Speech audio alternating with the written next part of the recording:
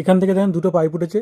একটা পাইপ দোতলায় লাইন তোলার জন্য আমরা সিঁড়ির দিকে পাইপটা ছেড়ে রেখেছি, ওপর দিকে উঠে যাবে, এবং আরেকটা পাইপ মেন লাইনটা এসে সোজা যেখানে সুইচ বোর্ড হবে সেখানে চলে এসছে। এই দেখেন এখানে নিচে সুইচ বোর্ড হবে, সেখানে মেন লাইনটা এসছে।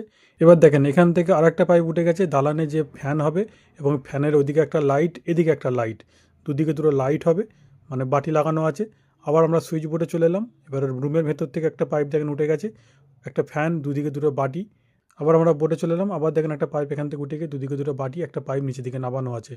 আবার দেখেন এখান থেকে আরেকটা পাইপ উঠে চলে গেছে, উঠে গিয়ে যে আরেকটা রুম আছে সেখানে চলে এসছে, এখানে মেল লাইনটা এসছে। এখান থেকে দেখেন একটা পাইপ উঠে গেছে, দুদিকে দুটো বাটি, এই যে দেখছেন এদিকে একটা বাটি ওদিকে একটা বাটি, এবং একটা পাইপ নিচের দিকে নামানো আছে, মানে যে কোনো কাজে লাগানোর জন্য।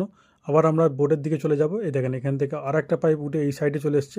এখান থেকে দেখেন ওইদিকে একটা লাইটের বাটি, মানে দুটো লাইটের বাটি এবং একটা ফ্যান বক্স লাগানো আছে।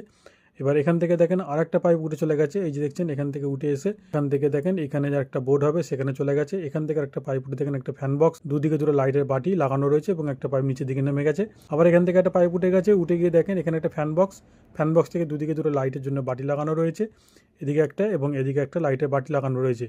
তো এইভাবে আমি সম্পূর্ণ পাইপটা ছাদের মধ্যে বিছিয়েছি। বিছানাটা কেমন লাগলো অবশ্যই কমেন্টে জানাবেন, এবং ভিডিও যদি ভালো লেগে থাকে লাইক, শেয়ার এবং কমেন্ট করবেন, এবং আমার চ্যানেলটিকে সাবস্ক্রাইব করে নেবেন।